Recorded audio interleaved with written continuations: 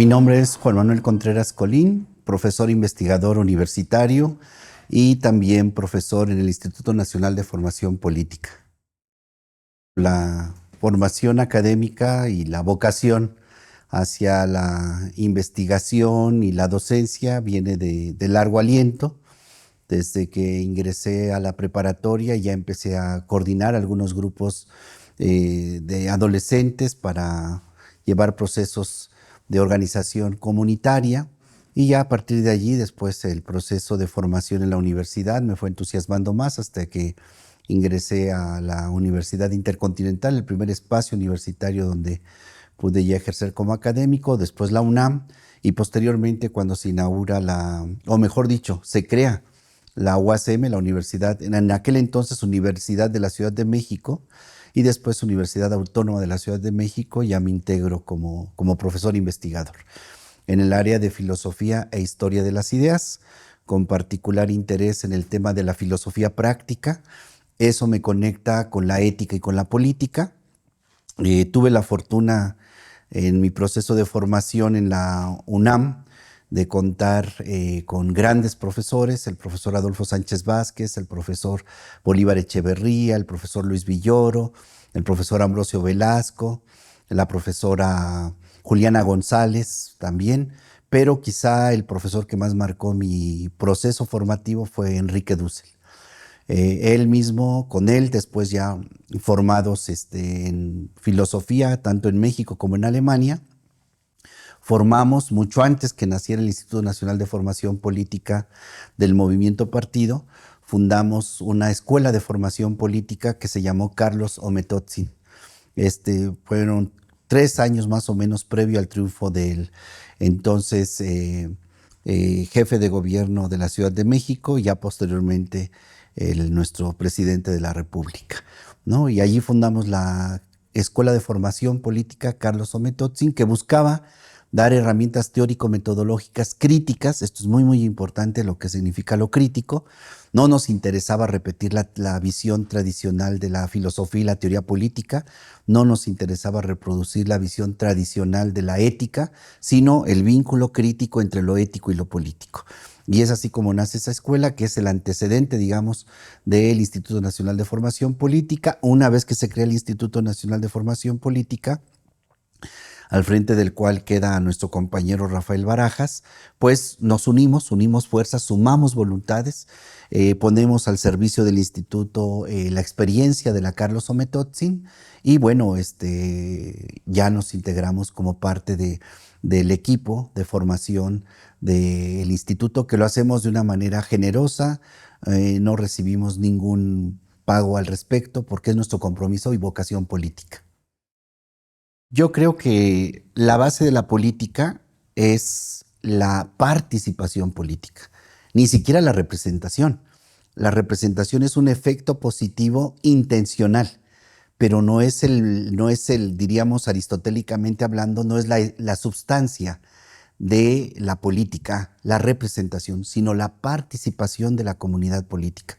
Entonces, un deber que tiene un instituto como el del movimiento partido, y miren cómo estoy yo insistiendo en el tema del movimiento partido, ¿no? Insistiendo que la base fundamental es el movimiento, y la mediación para cristalizar las demandas del movimiento o de los movimientos es el partido. O sea, el partido es una mediación que se tiene que cuidar y se tiene que ir respetando los límites que se ha puesto en su marco de acción ético-política en la interacción con otros institutos de organización política y en el ejercicio del gobierno. Entonces, la esencia de todo es el pueblo. Y esto es muy coherente porque la misma Constitución lo mandata así, ¿no?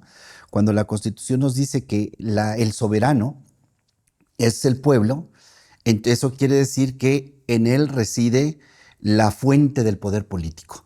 Y lo que ocurre con los representantes, pues son eso, presentan como dos veces, pero ahora con una autoridad que el consenso de la comunidad política le otorga como mandato. Y eso es muy, muy fuerte, que no tiene que olvidar el partido, y sobre todo en procesos como el próximo que viene en el 27, ¿no? Si el destinatario fundamental es el pueblo, el instituto se tiene que poner al servicio del pueblo. Por eso todos los procesos formativos, esto es muy interesante que lo conozca quien nos esté escuchando y viendo. El instituto todo lo que ofrece, lo ofrece tanto a los militantes, esto es importantísimo, o sea, el instituto cristaliza el derecho de formación política que tienen todo militante de este partido movimiento o movimiento partido. Es su derecho. El instituto en ese sentido no está haciendo un favor, está cristalizando un derecho, primer cosa. Y segunda cosa es que todos los procesos de formación política que da el instituto y de organización política son también para las y los simpatizantes del movimiento, ¿no? Y esto es muy importante porque el movimiento a través del instituto no pone un condicionamiento, sino que justo lo que se planteaba, ¿no? El pueblo es la fuente, entonces lo que hacemos es regresarle al pueblo lo que le corresponde al pueblo y sabernos también nosotros, como académicos, como cuerpo docente del instituto, que somos pueblo también y que no olviden, esto es muy fuerte, que no olviden nuestros y nuestras representantes que también son pueblo, que no porque sientan y experimenten el ejercicio del poder, no se entiende el poder justo como se planteó ahorita, con una visión de dominación, de asimetría, de despotez, de despotismo. ¿Qué es el déspota? El déspota es aquel que cree que el espacio público, el espacio de la política es su espacio, es su política, ¿no? Entonces, contra esto se levantó un movimiento de largo aliento, diríamos, de larga historia, que se cristaliza en el movimiento de regeneración nacional como su último despliegue, pero que viene desde muy, muy atrás y justo denunciando que la política puede ser entendida no como ejercicio de poder despótico, sino como servicio de amor a la comunidad. Yo siempre he sostenido que el Instituto Nacional de Formación Política de Morena es como ese, esa reserva de conciencia ética dentro del movimiento. Y tiene el papel y tiene la tarea el instituto de estar enunciando, anunciando y denunciando cuando quienes forman parte, quienes se asumen como militantes, quienes adquieren el compromiso como simpatizantes del movimiento partido, cuando por alguna circunstancia se traiciona, se desvía, se corrompe o se fetichiza el sentido propio de este movimiento, pues el instituto tiene que señalarlo. ¿En qué sentido? En que la formación que brinda el instituto es el vínculo necesario entre la ética y la política. Si pudiéramos decir dónde se sintetiza todo el proceso formativo del Instituto Nacional de Formación Política, creo yo, sin temor a equivocarme, es en el vínculo necesario de la ética y la política. Al menos en el caso del Movimiento de Regeneración Nacional, no se tendría que estar discutiendo dos cosas. La primera es desde dónde hacemos política. Eso no está en discusión. Ese es el principio básico del movimiento. Por el bien de todas y todos, primero los pobres. Ahí está, ya está el posicionamiento político del lugar de enunciación. Y el segundo es que la acción política, ya en el ejercicio de representación, de gobierno, de servicio interno dentro del partido, mira lo que acabo de decir, servicio interno dentro del partido, es entender justo el poder como servicio. Si no, si perdemos esos dos focos, el foco de la fuente desde que nos define o que define al movimiento de transformación profunda a nivel nacional, que es el lugar desde donde se sitúa, y pierde el cómo, el qué y el cómo, pues va a venir un efecto como pura consecuencia. No va a ser nada extraordinario, vamos simple y sencillamente a cosechar lo que sembramos.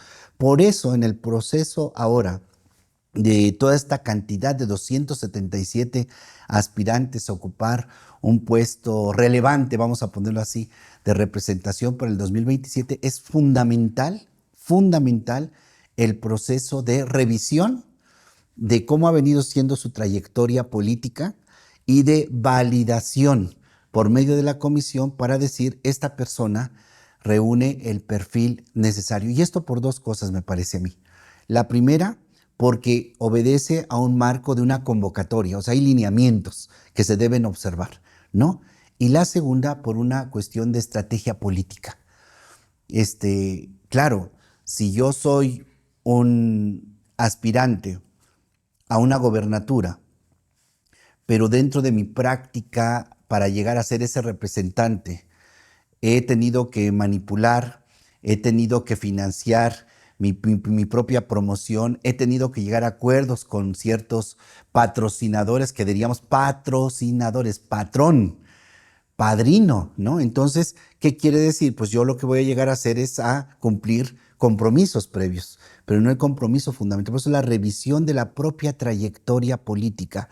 Decía, hay un texto en la tradición semita egipcia, en la sala de Mat, la verdad, justicia, donde se hacía el juicio al difunto que iba a resucitar en esa tradición egipcia, que estamos hablando más o menos hace 5,000 años, o sea, 2,000 años, 3,000 años antes de Cristo. O sea, estamos hablando de una tradición que ni siquiera en Palestina, ahora que está el genocidio y que están exterminando a un pueblo, no había todavía nada. Estamos hablando de un centro generador de cultura a nivel mundial. Bueno, Egipto había una sala de la verdad, justicia. Maat quiere decir verdad, justicia. Hay un vínculo necesario entre la verdad y la justicia. Esto es muy fuerte políticamente hablando. Pero había una frase tremendísima que a mí me gusta siempre exponerla cuando vemos los temas de política, que dice que nadie se engañe a sí mismo. Ay, fuertísimo, que nadie se engañe a sí mismo. Lo que siembres, cosecharás. Cuida tus pasos, que te seguirán por donde quiera que vayas. Y eso en términos políticos significa cuidar la práctica de lo que se dice, se piensa y se hace.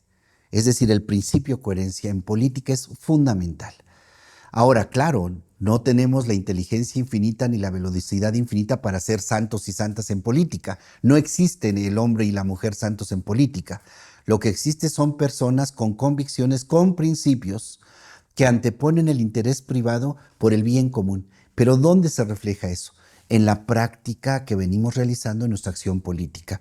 Podemos haber sido unos corruptos, yo lo planteo así de fuerte, pero el hecho de haber sido corrupto en alguna circunstancia no quiere decir que estoy determinado. Sin embargo, yo tengo que demostrar con actitudes, comportamientos, maneras de ser y relacionarme que mi práctica va en otra dirección. Y si me he mantenido a lo largo de la historia observando esos principios, pues lo que cosecho va a ser la reivindicación, la aprobación, el apoyo comunitario, ¿no? Entonces, es muy importante en este proceso de revisión que la comisión tenga clarísimo y la comisión ponga ante todos los principios por delante que independientemente de qué candidata o candidato vaya o aspire, un postulante aspire a ocupar un puesto de representación popular, ¿no? Entonces, los principios y el proyecto son el fundamento. Los demás somos, en este caso, o el aspirante es mediación para que ese proyecto se siga desplegando, se siga fortaleciendo y cristalizando. ¿Y por qué digo que tiene incidencia política? Porque imaginemos un X gobernador o gobernante posible de un estado X en el país. Si ese gobernante posible tiene antecedentes que la CIA, la DEA, el gobierno de Estados Unidos o la derecha, que es el tema que planteó usted, la derecha mexicana le va a buscar, le va a buscar. Si no los tiene, van a decir que los tiene.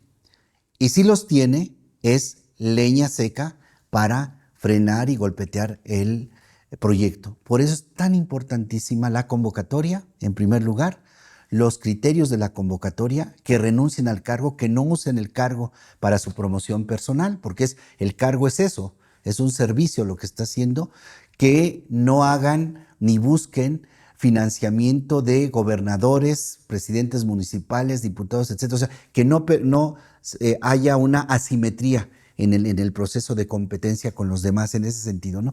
Y lo otro, y allí eso es de justicia, de equidad, pues se tiene que respetar las mismas condiciones de posibilidad de participación entre hombres y mujeres, ¿no?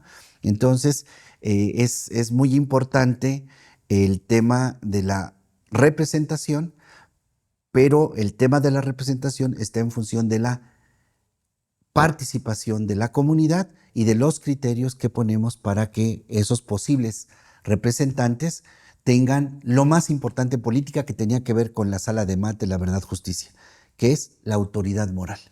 Yo insistiré una y otra vez, antes que ver qué tipo de apoyo, de arraigo, de opinión pública tiene fulano o fulana tal candidato, es qué autoridad moral tiene.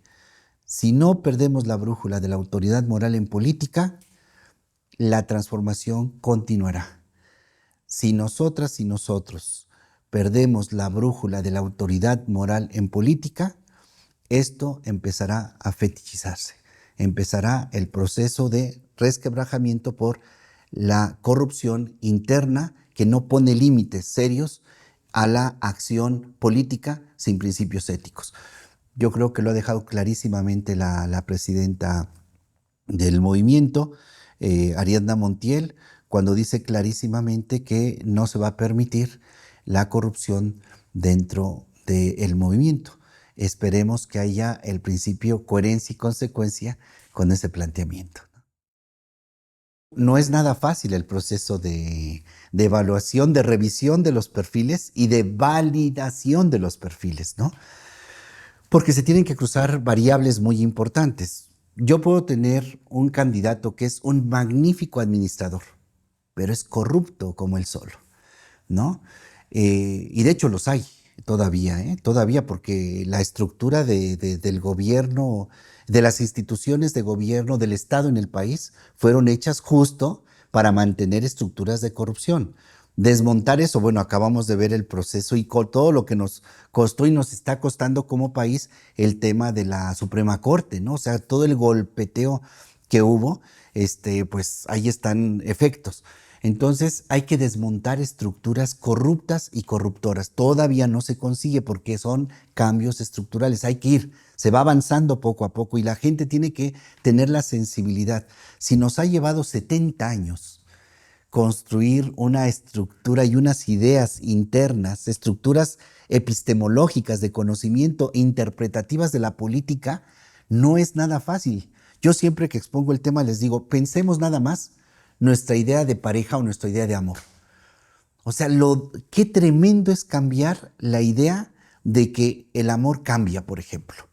Es muy difícil. Bueno, imaginemos si eso es una vida de 35, 25, 50 años, imaginemos lo que significa estructuras de sentido a nivel nacional. O sea, no es nada fácil el proceso de transformación que estamos haciendo. Es muy complicado, es muy complejo, pero se tiene que hacer. Ahora, efectivamente, si nosotros como movimiento partido, nosotros, pero también como población, o sea, no solamente tiene que hacer el trabajo político el gobierno tiene que hacer su trabajo, el legislativo tiene que hacer su trabajo, el judicial su trabajo, pero nosotros como comunidad política también tenemos que hacer nuestro trabajo. O sea, no podemos dejar y pensar que el gobierno es su problema. El problema del gobierno es mi problema. El problema del ejecutivo es mi problema. El problema del judicial es mi problema.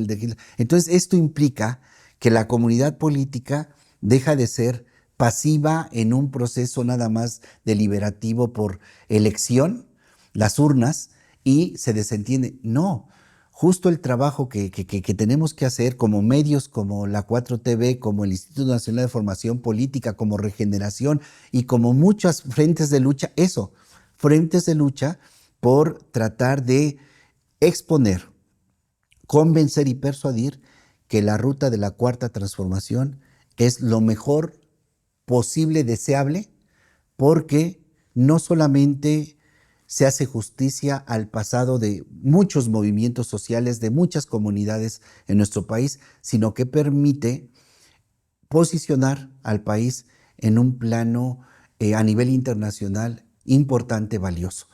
Y no perder de vista jamás que lo que estamos haciendo en México tiene repercusiones a nivel mundial. Por eso es tan importante el tesoro que llevamos en vasijas de barro. No nos damos cuenta porque estamos dentro, pero el proceso de transformación es no solamente mexicano, es el proceso de transformación de la izquierda en el mundo. Claro, muchos analistas dirán, es que ¿dónde está? Siguen siendo neoliberales, no han cambiado esto, no han cambiado aquello. Sí, sería interesante verlos tomar decisiones en una relación política, de fuerzas políticas muy complejas, ¿no? Pero bueno, ellos no lo van a hacer porque su trabajo es hacer análisis. Pero se tiene que entender como comunidad política que el proceso es profundo y porque es profundo es lento. Pero allí hay una ruta que no podemos perder, que es el tema de los principios y el vínculo entre la ética y la política. Si se mantiene Morena en esa dirección, y cuando hablo Morena, hablo desde el más reciente de las y los militantes y también simpatizantes, porque también son están convencidos que el camino es eso. Desde ese simpatizante que dice, eh, ah, con un apoyo yo he podido concluir mi secundaria, mi primaria, mi universidad, etcétera, hasta la jefa del Ejecutivo a nivel nacional, si no perdemos de vista el vínculo entre la ética y la política, claro, en condiciones de ética de situación, es decir, aplicada en el contexto. Si no lo perdemos, creo que podemos seguir profundizando, podemos seguir cristalizando derechos, podemos seguir teniendo alegría de vivir en este país. Hola, mi nombre es Juan Manuel Contreras Colín, soy profesor investigador universitario y pues aquí estamos para invitarles a que no dejen de ver 4TV.